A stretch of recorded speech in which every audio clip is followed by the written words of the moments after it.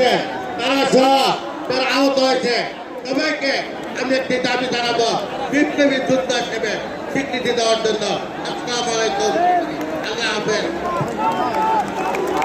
এই মুহূর্তে বক্তব্য রাখবেন